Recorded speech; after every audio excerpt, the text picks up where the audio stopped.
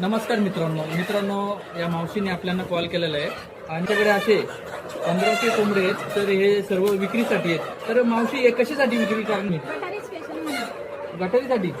तर हे कशी किंमत कशी लावणार तुम्ही हे कोंबड्याची? हे कुठल्या जातीचे कोंबडे आहेत?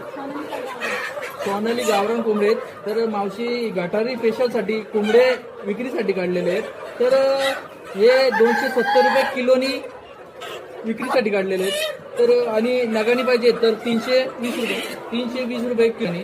तर तुम्हाला इथं यायचं आहे, तुमच्या चॉईसनी कोंबडे पकडून घ्यायचे ना. मावशी तुमचा नंबर सांगा.